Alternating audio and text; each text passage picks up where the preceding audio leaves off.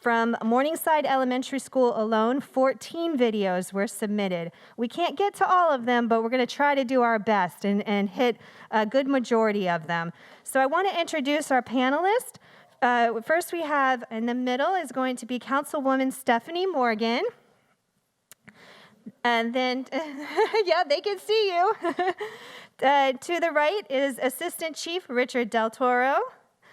To the left of Councilwoman is Communications Director Sarah Prohaska.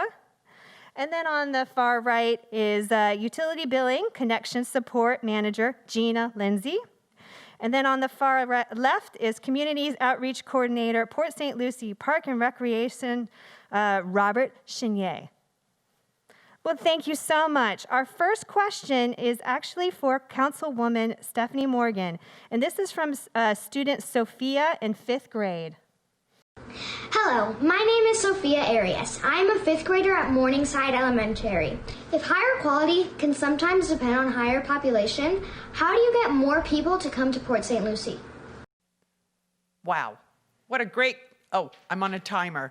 What a great question. How do you get people to come to Port St Lucie? Well, being that Port St Lucie, we are the 7th largest city in the state of Florida with a population of over 200, you always want to make sure that, and we always go by safe, clean, and fun. So you want to make sure there's things to do for the residents.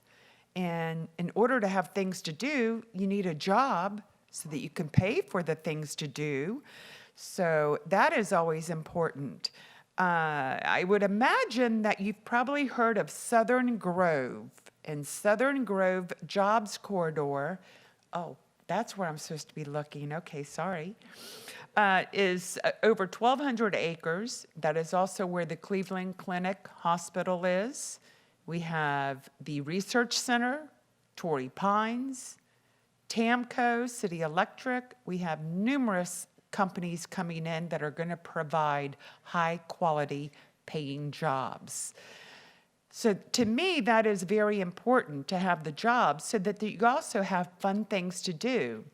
And some of the things that are coming up soon is the port, which is where off of Westmoreland, where the Botanical Gardens is located. Their historical homes are there. There is going to be a Pioneer Park, which sounds like I can't wait for everyone to see that. That's going to be a lot of fun. There's the boardwalk to walk on. For those that have boats, they can dock there, and hopefully soon we'll have a restaurant there for you to enjoy. Not only that, we have an adventure park in the works, which will include BMX riding, skateboarding, ropes course, zip lines. So that one is going to be a lot of fun. So in order for that, you need fun, you need a job, and also we're safe. And very proud to announce, I'm going to take it away from you, Mr. Del Toro. We are, for 10 years in a row, the safest large city in Florida. And I'll let you expound on that because my time is up. And I hope I was able to answer the questions for you. And if not, you always know how to reach out and give us a call here at City Hall. We're here for you. Thanks. Thank you so much, Sophia, for your question. Thank you very much, Councilwoman Stephanie Morgan. We're going to move on to our second question, and it's for Assistant Chief Richard Del Toro, and it's by Pippi. Hi, my name is Pippi. I am in 4th grade in Miss Monnier and Miss Heater's class. I go to Morningside Elementary School. I'm 9 years old. I have a lot of family members who are in law enforcement. So I'm going to ask Mr. Richard Del Toro a question. Since you've worked in many different positions, which was your favorite and why? Well, good morning, Pippi. Thank you for that question, and thank your family members for their service in law enforcement as well. So as you saw in my biography, I have worked in many positions in the department over my 22 years here. It's been a great ride. I've worked in patrol, I've worked on the SWAT team, been undercover detective. I have been a sergeant, lieutenant, and now assistant chief. So I've gotten to do a lot of things over my time here. But I got to say, my most favorite position was in internal affairs. For those that don't know what internal affairs is, we are basically detectives that work, generally work misconduct complaints against police officers. So I got to interact with a lot of citizens. I got to do various administrative investigations into police misconduct. I got to review pretty much every single use of force, every officer involved traffic crash, every officer involved injury. So hundreds of documents, lots of paperwork, lots of paper cuts too on my hands I got, so it was very dangerous sometimes. But I did get to also work with, and this is probably why it was my most favorite position, I got to work with the chief directly and the two assistant chiefs at the time. And what we did on a weekly basis is we reviewed all of these documents, all of these investigations, if they had to make decisions on employment such as discipline or termination or all kinds of decisions that they had to make. I got to sit in on that inner circle and hear how these decisions were made. And it was really like getting an advanced degree in management. And I feel like it helped me prepare me for my current position that I'm in now, because I make most of those decisions now in my current position, working for the chief of police as well. So that was probably my most favorite. Probably wasn't liked in the department a lot because of the fact I was investigating police officers from time to time. But I always showed them respect. They always gave me respect back. And at the end of the day, we gave each other a hug, and that was it. But thank you again for your question. I appreciate it. And it gave me a chance to reflect on my career and the fun things I got to do. So thank you, Pippi. Appreciate it. Thank you, Pippi. Thank you, Assistant Chief Richard Del Toro. That was a great answer. Our next question is for Utility Billing Connections Support Manager Gina Linsley, and it was submitted by Shelby in 4th grade. Hello, my name is Shelby Buzz, and I am a 4th grade student at Morningside Elementary. My question is for Miss Linsley.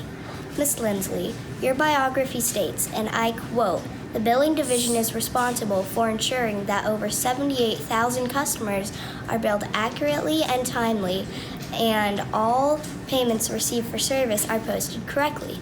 So my question is, how many employees does it take to accomplish this task? Good morning, everybody. I'm sorry.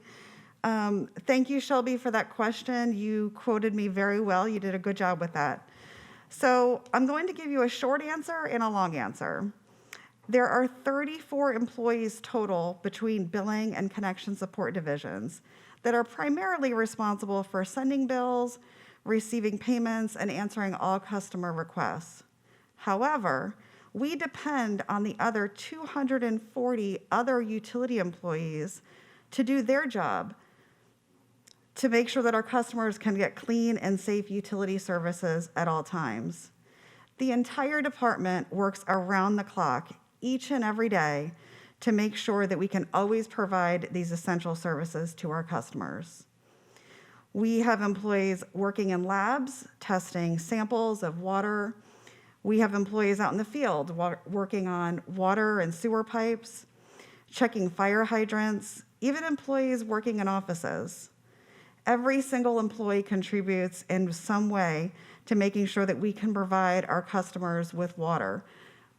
Water when you turn on your tap, turn on a faucet, and to make sure that that water is going to go down your drain and move away from your home. So like I said, while there are only 34 employees directly responsible for billing and payments, it really is a big team effort between all 275 utility employees to make sure that we can get the job done. Thank you, Shelby, for your question.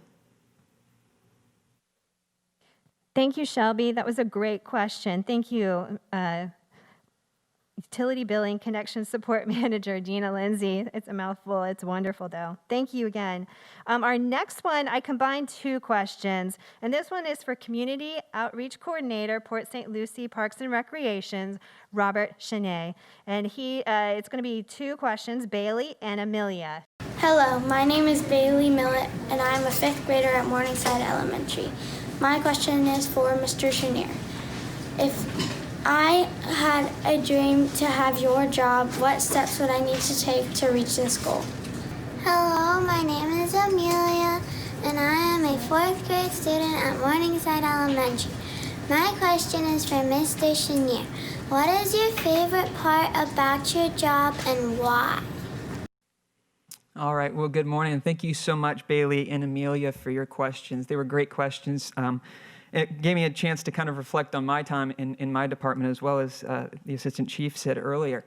So for me, the favorite part of my job, honestly, is the people that I get to meet, such as yourselves, on a daily basis. Because the great thing about Parks and Recreation is it's not just that we operate parks. We have so many programs and activities and special events that we offer that really make a great positive impact in our community and in the lives of people just like you.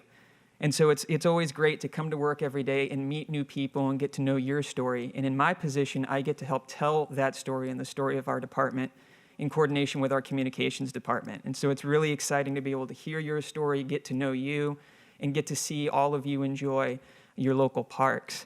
Now, to answer Bailey's question, as far as having the dream of having a job like mine, or even my job in the future, which would be great, I'd say right now at your age, the first step would be to really start visiting and using your parks right now. Because the most successful people in Parks and Recreation are the people who truly love parks, more than just a job, but they've grown up in their parks and they see the value that parks bring, again, going back to that positive impact that we have. And so get out there and really start loving and enjoying your parks. In addition to that, I would say that pay attention in school, do great in school, set a target for yourself, aim to go to college. These are all great things that will continue to help you grow and get better as you move forward. And I can tell you that going through college, everything I've learned in school and in college, I use on a daily basis in my job. So really pay attention in your studies.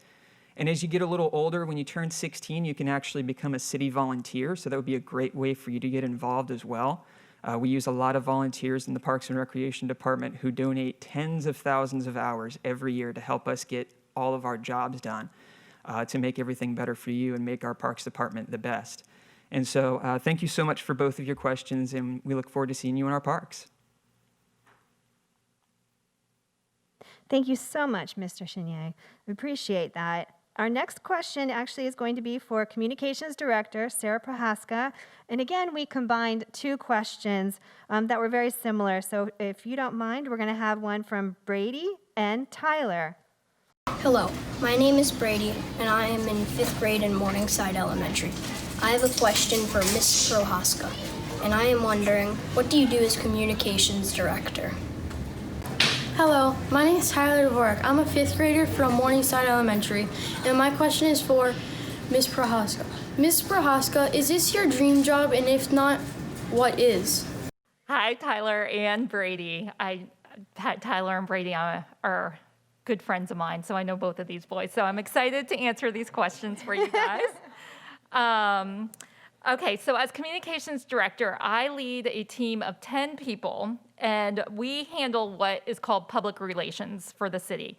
And that means we let residents know what's happening in the city, from everything from issues, concerns, road closure, Fall Fun Fest, everything happening in the Parks and Recreation Department that we work with Robert on, our rivers and waterways, issues concerning those, neighborhood improvements, concerts and fun things that we're doing around the city. So we have a lot to tell our residents. So it takes a team, and we here at the City of Port St Lucie, I am so lucky to lead a really, really, really awesome team. And Melissa, who you've seen, is on our team.